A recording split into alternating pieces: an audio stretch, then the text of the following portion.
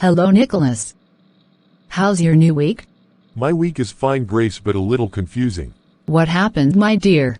Trying to understand concepts in my email security course. Concepts like phishing, social engineering, malware.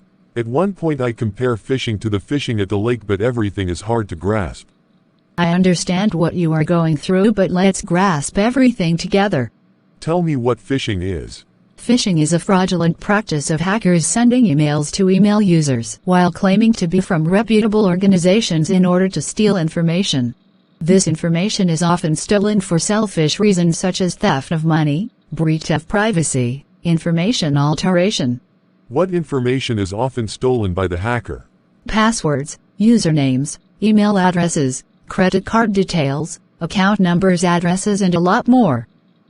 Have you received a fake email before with a different email address when the attacker is asking you to share your personal details in order to offer you an opportunity which does not exist? Yes, exactly. This is now the 5th time I am receiving such an email. In the first one, the attacker pretended to be from UNICEF. Oh yes, that was a perfect example of what phishing is. Thank you. What about spam? Spam is a message that is irrelevant, unfamiliar, sent through the internet to a large number of users for advertising purposes and theft of information through phishing and malware. Spam emails are usually filtered by email services like Gmail. That is why there is a spam folder. Spam messages usually contain dangerous links that lead users to dangerous pages. At times they may contain attachments. But why do attackers send spam messages? To steal information through phishing links, gain traffic to websites, or lure victims to purchasing services that are not true. Some spam messages trick users into giving in personal information. There are moments when my coworkers send me messages and they go to the spam folder. What is that? Oh, in moments like that, the spam filter identified the message as spam because it had the potential characteristic, and yet it actually wasn't spam. Should I then leave the message in the spam folder? Of course not, my dear. In such a scenario, you can transfer the message to your inbox, so that the next time the recipient sends a message, it goes straight to the inbox. Really? This is what I have been waiting for. How do I do that? Amazing.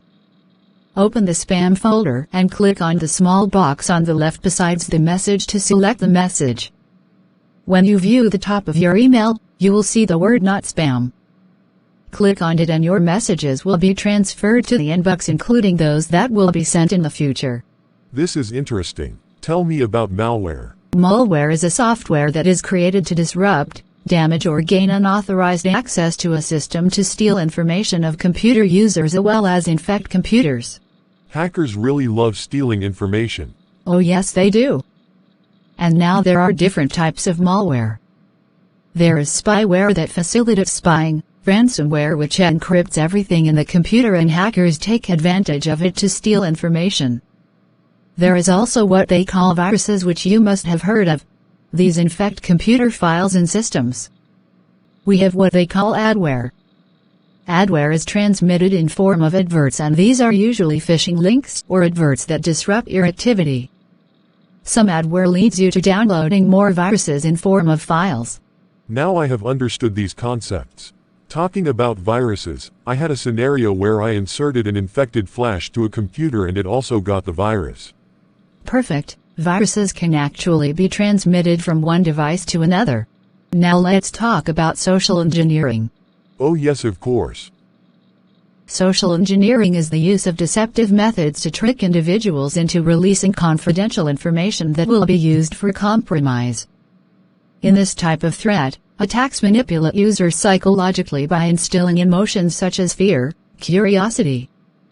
They often pose as trustworthy individuals like IT staff. Social engineering usually has a non-technical nature. What techniques do they usually use to do this? Phishing by sending fraudulent emails. They also do a lot of pretexting by impersonating a bank or government agency and pretending to need information. They love a lot of baiting. They offer enticing gifts like free downloads, flash disks, and blah blah. And one more thing, they love scareware such as fake virus alerts in order to make users take action. Why did I suffer worrying about understanding these terms, yet you are here? I can't believe I have grasped everything. Now I'm eager to know about business email compromise. Oh, that very simple. Business email compromise is the type of cybercrime where attackers manipulate individuals into carrying out actions that will benefit the attackers. In this type of compromise, attackers usually target big organizations, both profit and non-profit, with the aim of stealing information and at the end steal money, alter information, and as well release trade secrets. Well, you must know that this is unlike other cyber threats. In this attack, attackers are very tactful. They impersonate trusted individuals within the organization like CEOs, use social engineering tactics that I earlier on mentioned, and usually don't share phishing links, but rather on convincing methods to use email alone. This is again a unique one. Tell me, what tactics do they then use if not phishing? They use tactics like CEO fraud by impersonating a CEO or high-ranking official and then sending an email to an employee.